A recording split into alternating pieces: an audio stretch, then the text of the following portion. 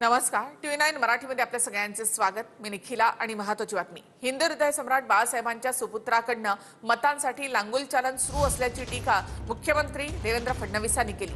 त्यांना विशिष्ट लोकांचे जोडे चाटायचे आहेत असा हल्लाबोल देखील फडणवीसांनी ठाकरेंवर केला।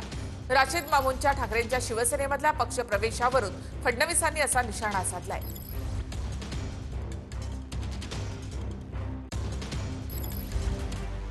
मातोश्रीवर संभाजीनगरचे माजी महापौर रशीद मामूंच्या पक्षप्रवेशावर वाद पेटलाय।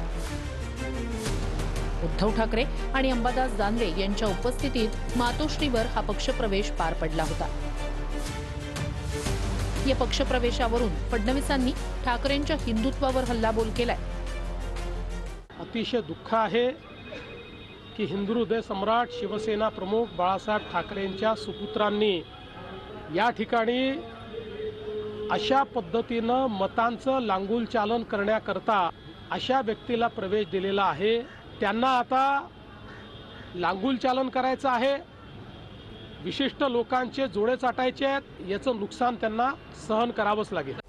कोण आहे रशीद मामू? संभाजीनगरमध्ये अपक्ष माजी नगरसेवक होते। 1997 ते 98 या कार्यकाळात महापौर राहिले। ठाकरेंच्या शिवसेनेतून प्रभाग क्रमांक 4 मध्ये निवडणूक लढण्यास इच्छुक आहेत। रशीद मामूंच्या प्रवेशाला माजी खासदार चंद्रकांत खैरे यांनी विरोध केला होता आणि त्यांना तिकीट मिळू देणार नाही असंही म्हटलं होतं। मी माझी भूमिका स्पष्ट आहे। रशीद मामूला त्या ठिकाणी तिकीट देऊ नये ही माझी भूमिका आहे, पण रशीद मामूला त्या ठिकाणी तिकीट देऊ नये हे माझं पूर्ण आहे आणि कोणी जरी देण्याचा प्रयत्न केला ना मी तिकडे जाणार पण नाही। मला असं वाटतं शिवसेनेचे पक्षप्रमुख जे आहेत हे सर्वोच्च शिवसेनेत आहे आणि त्यांना प्रवेश दिलेला आहे।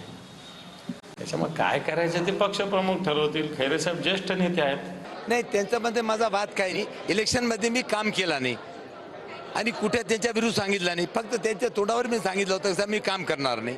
ते जाऊन दे, ते आता आम्ही पार्टीमध्ये झालेलं आहे, ते आमचे पार्टीचे मोठे आहे माणूस, ते आम्ही त्यांचा भेटी करू, त्यांची नाराजगी दूर करू।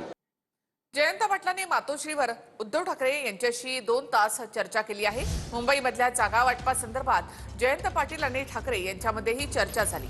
अजून आम्ही निष्कर्षापर्यंत पोहोचलो नाही असं जयंत पाटील यांनी म्हटलं। विद्यमान जागा आम्हाला मिळाव्यात असा आमचा प्रयत्न आहे असं जयंत पाटील यांनी म्हटलं। तर निवडून येण्याची क्षमता असलेल्या सूत्रानुसार जागा वाटप असेल असं सचिन अहिर यांनी म्हटलं आहे। तुम्ही ठाकरे बंधूंसोबत मुंबई महापालिकेत असणार आहात? आमची चर्चा चालू आहे। चर्चा मी शिवसेना उद्धव ठाकरे यांच्या पक्षाबरोबर आता करण्यासाठीच मुद्दामून आलो होतो। बरीच चर्चा झाली, पण अजून आम्ही निष्कर्षापर्यंत पोहोचलेलो नाही।